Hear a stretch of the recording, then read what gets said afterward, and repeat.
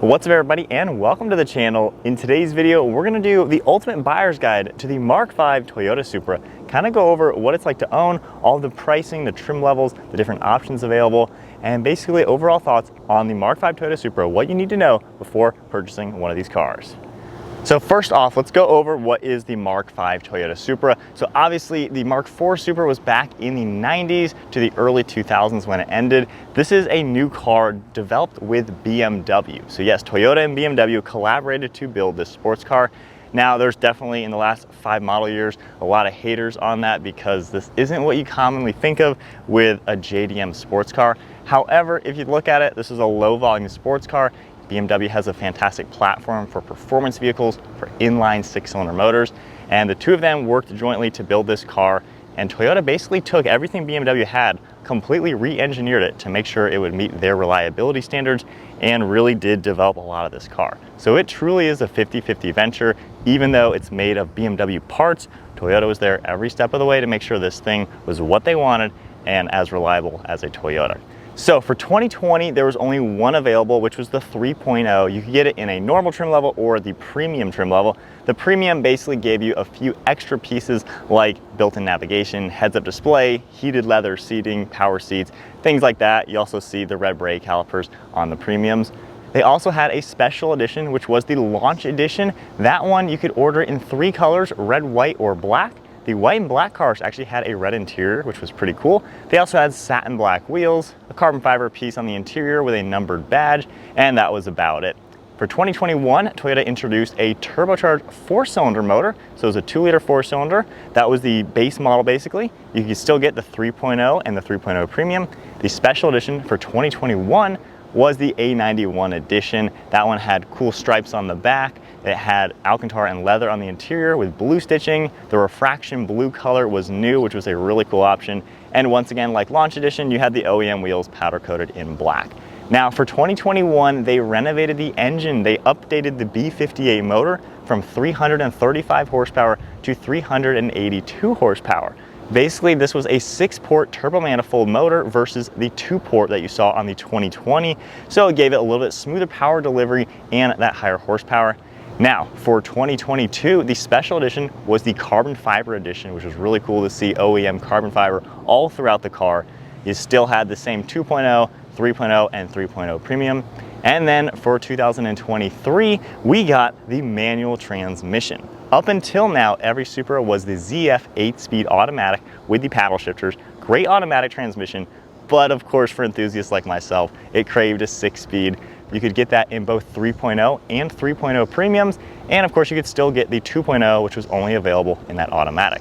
Now the special edition for 2023 was the A91 MT edition. It came in either the white color or the new See You Later gray, and those ones had a tan interior, which was a really cool combo. They also had the red Supra name on the rear. And then now into 2024 model years, you still have the same 2.0, the same 2 3.0s.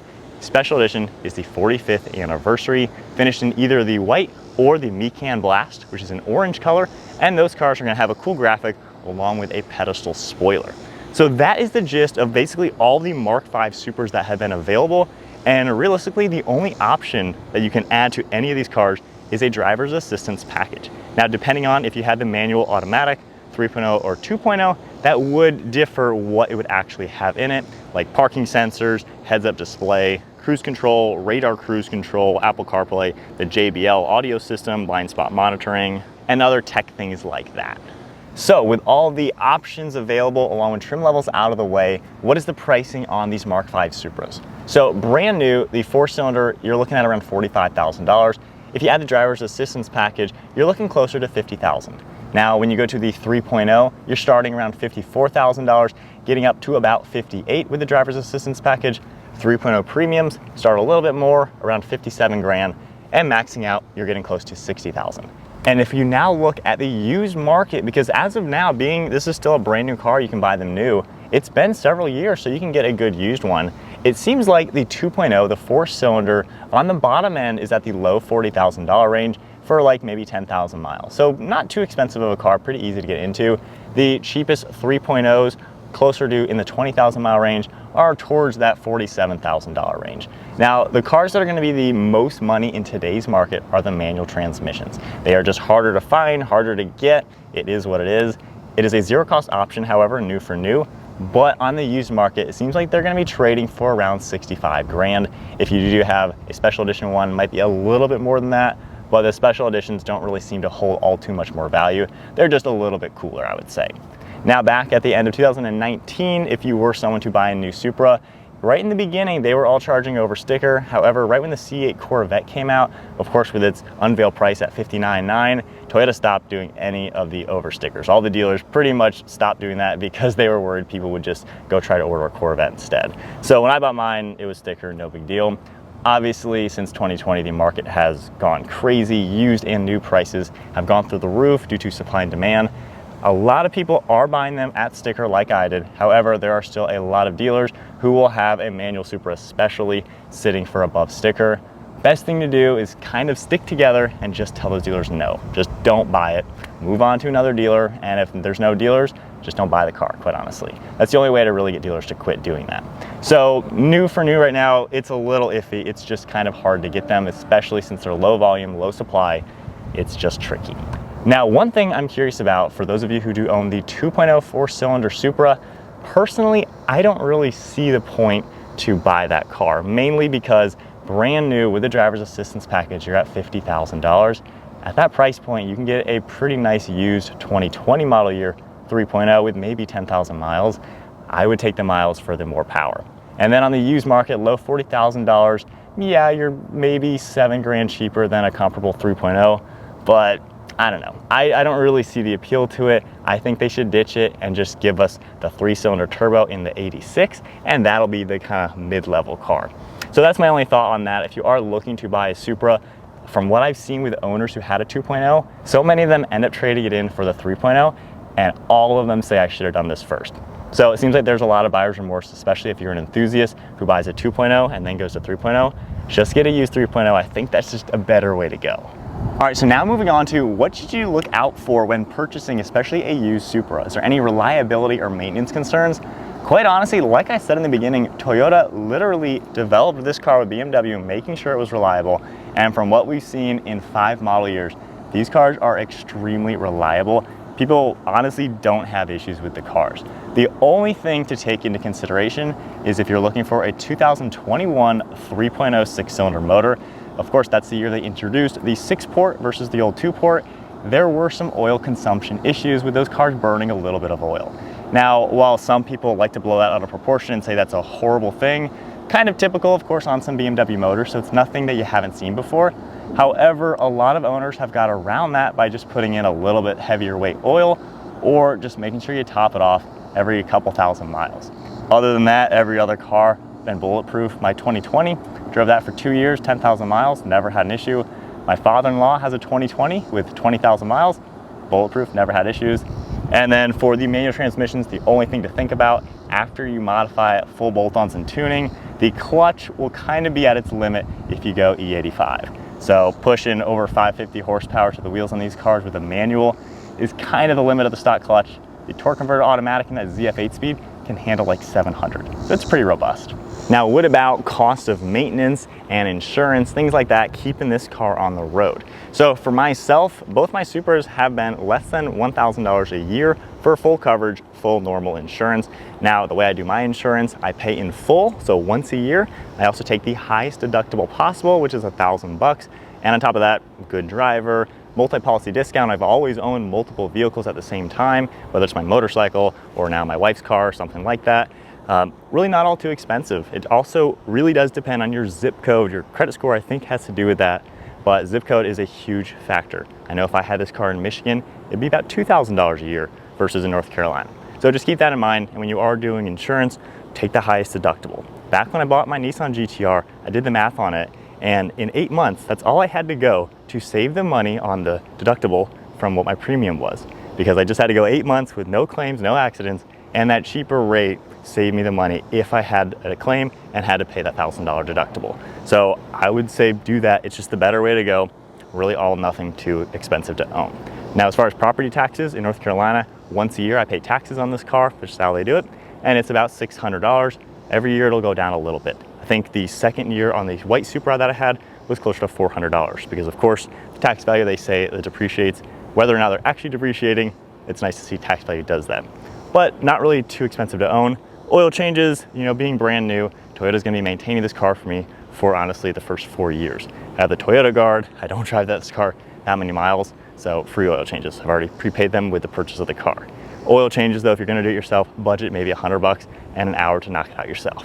Only other bit of maintenance, being a rear wheel drive sports car, depending on how much you rip on this car, tires, it's gonna take a nice set of performance tires, which are gonna run you about $1,500. On my old white Supra, I never had to pay for tires. I never replaced them. My current tires, when I bought the car, lasted me 2 years with no issues. This car, my OEM tires are sitting up in a bedroom and they have 200 miles on them and they're not gonna be on the car until I sell the car. But budget $1,500 for tires and maybe a couple $100 if you need to replace your brake pads. But maintenance, reliability, you know, cost to own, honestly, nothing out of the ordinary. In fact, these cars are insanely economical. My father-in-law does a lot of highway miles in his. He gets 32 mpg pretty easily. Even in my manual Supra, which does get a little bit worse than the automatic, with how I drive, I average 26 in this car. So with all that information out of the way, if you're in the market for some sort of sports car, how do you know if the Mark 5 Toyota Supra is the right car for you? Honestly, it seems like a very well-rounded car. If you're in colder climates to where you're gonna be driving in the snow, you're for sure gonna want snow tires, being its rear-wheel drive. It's kind of a low car to get in and out of. However, ground clearance in the stock suspension form really isn't that bad. I don't even scrape with my car being lowered about an inch. So at least in our roads in North Carolina, seems like a daily-able, livable car, even lowered a little bit.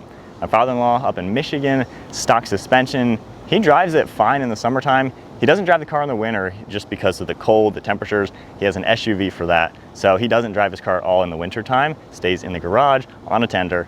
So it kind of depends on what you're gonna do with the car. If you are in that cold climate where you're gonna have 4 months of straight snow, I wouldn't go for this. I'd probably get an Audi RS3, not too much more expensive, and it's kind of that version of this, but in a 4-door, or maybe a BMW M240i with the xDrive all-wheel drive. I think that would be probably the best alternative to this if you want a 2-door car, but you want all-wheel drive for winter.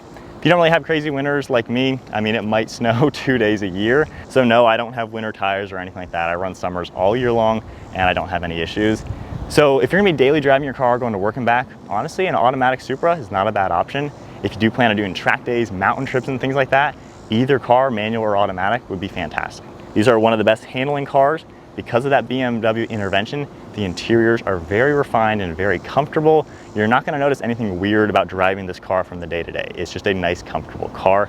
If you do opt for the manual, of course, it's a nice manual to operate. I don't even mind it in traffic. It's a little heavy on the shifter. Clutch has decent weight to it, but it's nothing out of the ordinary if you're, of course, used to a manual. So to me, it's a very well-rounded car regardless of what you're gonna do with it. There's a lot of people who just daily these cars and never do performance stuff. There's a lot of people who strictly track these cars, and there's people like me who kind of do a spectrum of anything. This isn't my daily, but this certainly isn't a car that I haven't driven in traffic. You know, I drive this mountain trips, traffic, around town, back roads, kind of whatever I want to do with it, it seems to do it. So it's a nice car that you can buy, and especially since the values aren't really tanking anymore. First 6 months when they first were introduced, they tanked pretty bad. But then with the whole economy screwing up and everything like that, these are holding pretty good value just because supply has been very limited. So it's a safe car to buy. You're not gonna lose your butt in money on these. It's not gonna cost your arm and a leg to maintain it or own it. And it's gonna be an easy car to have. And given it is so fun, so fast, and so reliable, it really is. Honestly, there's no negatives to own these cars. Only negatives would be it's a 2-seater, 2-door car with a smaller trunk. You know, it might not be for everybody. Of course, if you need the extra space, look elsewhere. M240, RS3, I would say are the best alternatives if you like this style, that 400 horsepower performance car. But overall, pretty solid car to own. Now, last thing to touch base on is the aftermarket, the modifications. Now, if you do own a Mark 5 Supra, check out our website linked down below. We love modifying our cars, so we started our own website and we have a lot of fantastic brands that you've seen me put on my own car, and we carry them on our site. So if you're looking for performance parts for your Mark 5 Supra, definitely check out our website linked below. We love being able to work with our viewers, on getting you guys the parts you want for your cars. These cars love the modifications. Now, exhaust, intake, suspension, wheels. I mean, my car is wrapped. I did that in my garage. Did all the fun bolt-ons to it, some cosmetics, some carbon fiber goodies. It is a really cool car to mod. They sound insane with exhaust systems. High flow catted downpipe sounds insane. The intakes make the turbos really wake up. So it's a fun car to mod. The biggest thing, the biggest hurdle you're gonna see with this Supra is tuning. Now, 2020, my first Supra, no big deal. I got it tuned, custom on the dyno, about $1,000. Bumped that up to 450 wheel horsepower, 560 wheel torque, and it was a beast. 2021, BMW and Toyota, they kind of locked the ECUs, did some updates, and ever since then, these ECUs have been locked. Now, you can still tune every single Toyota Supra. Only drawback now is for the 2021 and up, and any 2020s who may have gone to the dealer and had their computers reset or anything like that, you do have to send your ECU to Europe. They will unlock it, and then you can get it all tuned. So there is a little bit more work to do to tune these cars. I've talked with shops. It's about $3,500 to get my car custom tuned on the dyno. So it's a lot of money. There are a lot of piggyback tuners. There's a Daler computer module that we have on our website that is good for automatics and manuals. I'm hoping to do one on my car soon to test it out. And that's a good way to get like 50 horsepower. So there are some things, there's other piggyback units out there, and there's ways around it. So just know if you're gonna get a Supra, most likely tuning's just gonna cost a little bit extra than normal. But other than that, you're still gonna get a solid 100 horsepower, 150 pound-feet of torque if you go full exhaust system. And they do make stupid power if you do add a turbo. You can easily get to 600 or 700 to the wheels. I think if you're looking for just a fun sports car that can be used in pretty much any circumstance and just be a fun car to own, I think this is a great option for sure. I've owned 2 of them. Nothing really negative to say. Great cars overall. If you enjoyed the video, give it a thumbs up, hit that subscribe button, stay tuned for plenty more content, and I'll see you all in the next video.